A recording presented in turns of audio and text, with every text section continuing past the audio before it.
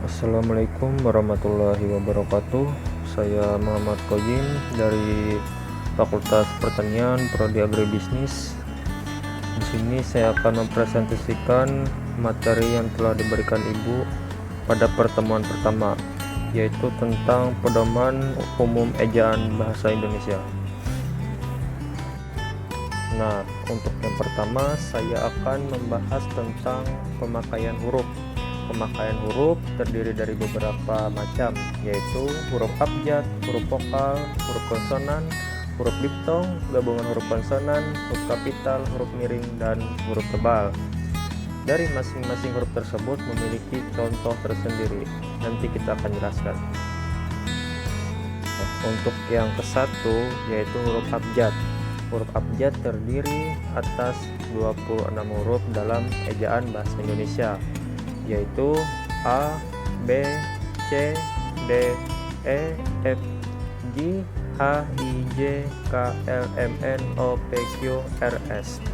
Nah, dari 26 huruf tersebut ada yang namanya kapital dan non-kapital.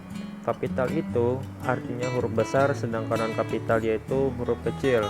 Nah, untuk dalam nama, contohnya Q. Q itu namanya Ki. Untuk pengucapannya pun dibilang Ki. Itu contoh dari huruf abjad. Nah, untuk yang kedua yaitu huruf vokal. Huruf yang melambangkan vokal dalam bahasa Indonesia terdiri atas 5 huruf, yaitu A, E, I, O, dan U. Nah, dari huruf vokal tersebut terdapat 3 posisi, yaitu posisi awal, posisi tengah, dan posisi akhir. Nah, di sini saya akan mengambil contoh dari huruf A. Misalkan A itu api. Nah, huruf A tersebut berada di posisi awal kalimat. Untuk posisi tengahnya saya ambil contoh padi. Nah, untuk padi, letak posisi huruf A-nya berada di tengah. Di awal itu P dan setelahnya itu A, berarti posisi A-nya tersebut ada di tengah. Nah, untuk posisi akhir contohnya yaitu lusa. Nah, lusa itu A-nya berada di terakhir, berarti itu namanya posisi akhir. Untuk huruf konsonan, huruf diftong, gabungan huruf konsonan, huruf kapital, huruf miring, dan huruf tebal. Dari masing-masing pemakaian huruf tersebut memiliki contohnya masing-masing. Nah, tadi di sini saya hanya mengambil contoh dari huruf abjad dan huruf vokal.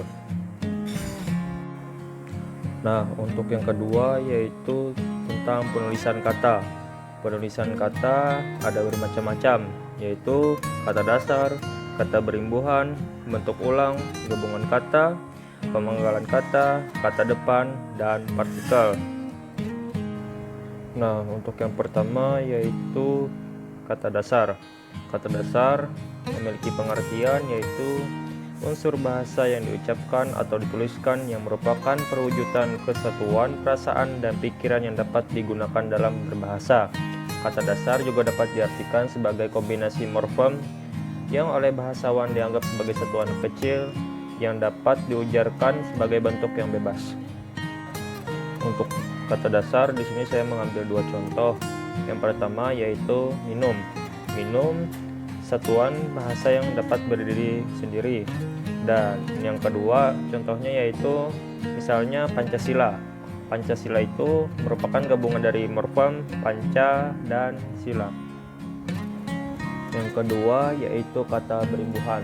Kata berimbuhan adalah kata-kata dasar yang mendapatkan imbuhan yang berupa awalan, akhiran, sisipan, dan awalan sampai akhiran. Imbuhan sendiri berfungsi untuk menambah arti atau maksud dari kata-kata dasar yang diberi imbuhan tersebut. Contoh misalnya pada awalan P. Nah, dari P tersebut saya akan memberikan contoh yaitu Widya adalah seorang pelajar. Nah, dari kata pelajar diawali dengan kata P.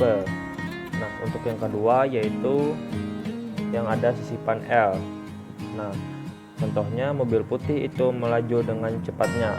Nah, dari kata melaju tersebut pun setelah M itu ada E dengan L.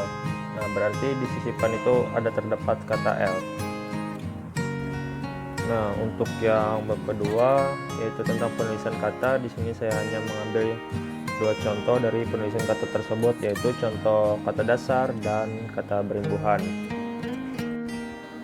Untuk yang ketiga yaitu pemakaian tanda baca. Nah, dari pemakaian tanda baca ada bermacam-macam, yaitu tanda titik, tanda koma, tanda titik koma, tanda titik dua, tanda hubung, tanda pisah, tanda tanya, tanda seru, tanda elipsis, tanda petik tunggal, tanda kurung siku, tanda garis miring, tanda penyingkat atau apostrof. Nah, yang pertama yaitu tanda titik. Tanda titik adalah tanda baca yang digunakan untuk menandai akhir dari sebuah kalimat dalam berbagai bahasa. Tanda ini terdiri atas titik kecil yang ditempatkan di akhir suatu baris dari sebuah kalimat. Misalnya contoh dari tanda titik dipakai pada akhir kalimat pernyataan. Contohnya yaitu mereka duduk di sana. Nah, untuk yang contoh yang pertama ini, mereka duduk di sana, dari kata sana itu terdapat pada titik akhir yang ada di situ. Yang kedua yaitu dia akan datang pada pertemuan itu. Nah, terlihat sekali tanda titik pada di akhir kata itu.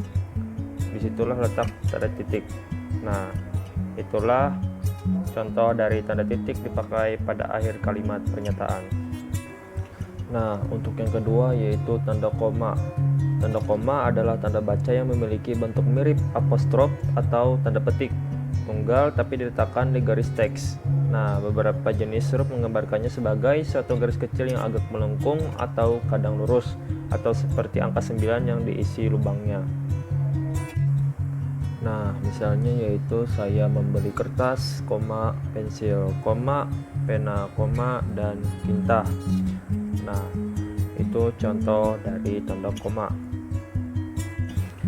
Nah, untuk yang ketiga yaitu tanda tanya. Tanda tanya adalah salah satu tanda baca yang digunakan untuk menandakan akhir kalimat pada kalimat pertanyaan. Nah, contohnya yaitu apakah kamu sudah makan? Tanda tanya di akhir kalimat. Contoh yang kedua yaitu bagaimana perasaanmu sekarang? Nah, berarti dia bertanya kepada lawan bicaranya, dan itu dalam kalimat yang di akhir kata sekarang yaitu tanda tanya. Nah, itulah contoh dari tanda tanya beserta pengertiannya. Nah, untuk bab 3 yaitu pemakaian tanda baca, di sini saya hanya membahas 3 saja, yaitu tanda titik, tanda koma, dan tanda tanya. Untuk tanda-tanda lainnya saya akan bahas di lain waktu. Untuk bab keempat yaitu penulisan unsur serapan.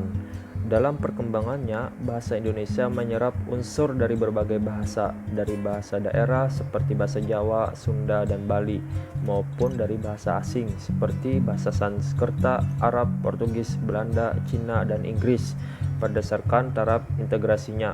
Unsur serapan dalam bahasa Indonesia dapat dibagi menjadi dua kelompok besar. Pertama, unsur asing yang belum sepenuhnya terserap ke dalam bahasa Indonesia, seperti force majeure, de facto, de jure, dan exploitation, the I home, far, a home.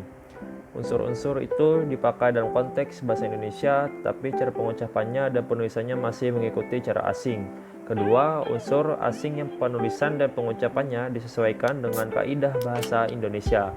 Dalam hal ini, penyerapan diusahakan agar ejaannya diubah seperlunya, sehingga bentuk Indonesianya masih dapat dibandingkan dengan bentuk asalnya. Untuk bab yang kelima yaitu indeks. Indeks adalah daftar kata atau istilah penting yang terdapat dalam buku cetakan, tersusun menurut abjad yang memberikan informasi mengenai halaman tempat kata atau istilah itu ditemukan. Nah, di sini saya hanya mengambil dua contoh indeks, yaitu yang saya ambil indeks nama. Contohnya itu B, bahasa Indonesia, bahasa Inggris, bahasa Mandarin, biologi. Sedangkan F yaitu fisika, K itu kimia, M itu matematika, P itu penjaskes. Nah, itu contoh dari indeks nama dalam mata pelajaran. Di sini saya mengambil yang kedua, contoh kedua yaitu dari indeks topik. Misalnya yaitu A, aljabar, anatomi, F itu fisiologi tumbuhan, L itu logaritma, K itu kimia analisis. Ya, ini saja Bu presentasi dari saya untuk pertemuan pertama ini yang berjudul Pedoman Umum Ejaan Bahasa Indonesia. Jika ada salah atau kata yang tidak berkenan di hati, saya mohon maaf Bu. Hanya itu saja yang bisa saya sampaikan. Wabillahi taufik wal hidayah. Wassalamualaikum warahmatullahi wabarakatuh. Hidup mahasiswa.